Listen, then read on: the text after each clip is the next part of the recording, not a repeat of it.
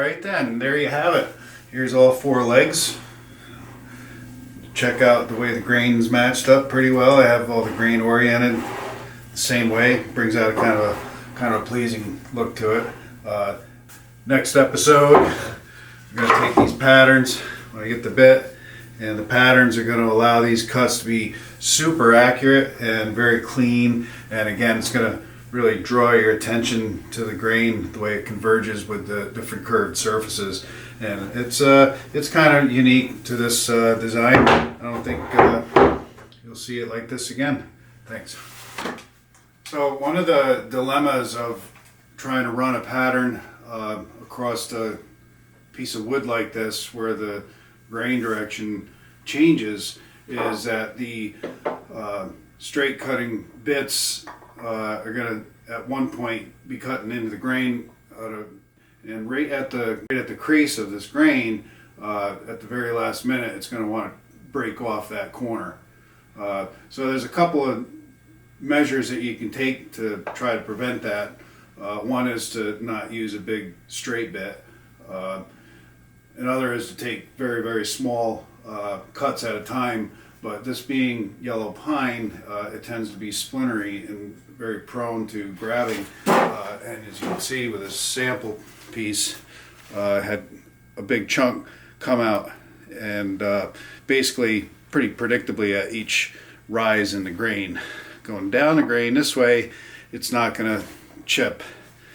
But when the cutter is turning this way, it's going to tend to want to grab that corner and lift it off. So another technique is to actually start at the corner and try to feed backwards with the cut of the tool.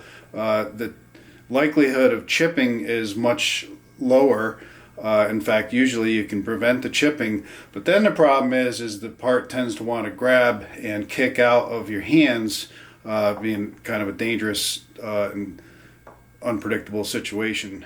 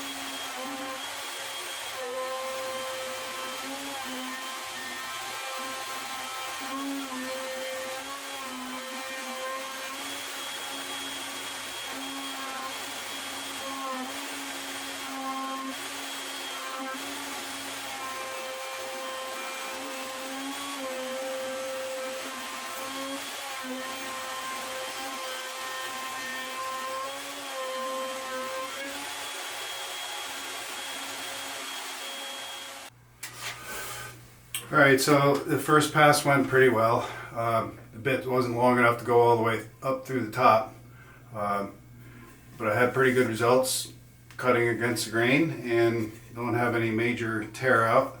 I've inspected all the surfaces to make sure there's no holes or chunks. Any hole or chunk, the bearing's going to hit it and then it's going to copy it into the face that I haven't cut yet. So I'm going to raise up the bit on the trusty router table, so the bearing is running along one of my freshly cut faces, and it'll cut that lip off and finish the cut completely. I'll just raise that up so my cutter is coming up in there. And here we go. So one of the greatest things I found that helped create success for this cutting is a pretty large scale compression bit. Has 2 different cutters.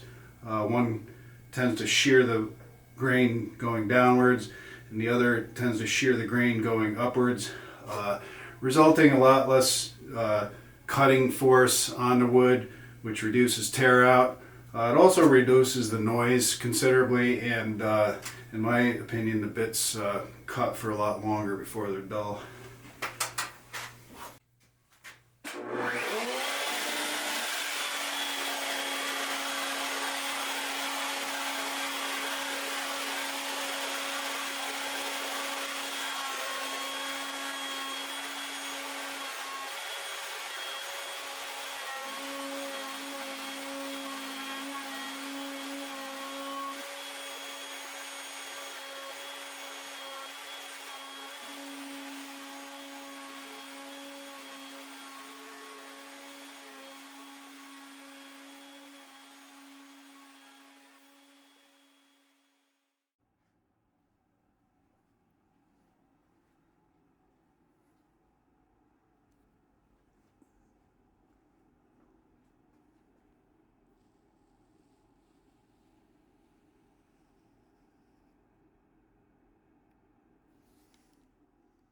Alright, so now using this template where these holes are cut, using this plunge router with a 1/2 inch pilot bushing and a 3/8 inch straight bit, I'm going to mortise out the legs for the rails.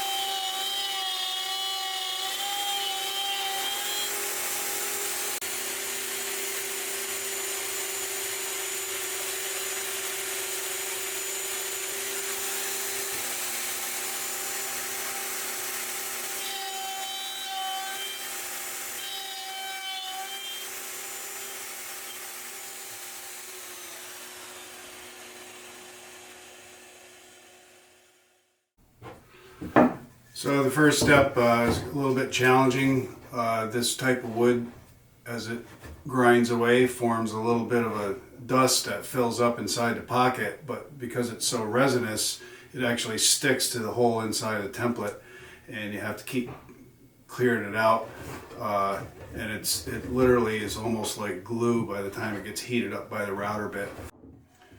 So now that I got these pocketed in, I'm going to go ahead and make them a little bit deeper using a flush bit. My plan is these two mortises intersect so the tenons can be as long as possible. In that case, will be stronger. Alright, I guess we're ready now to cut the groove in the top of the leg.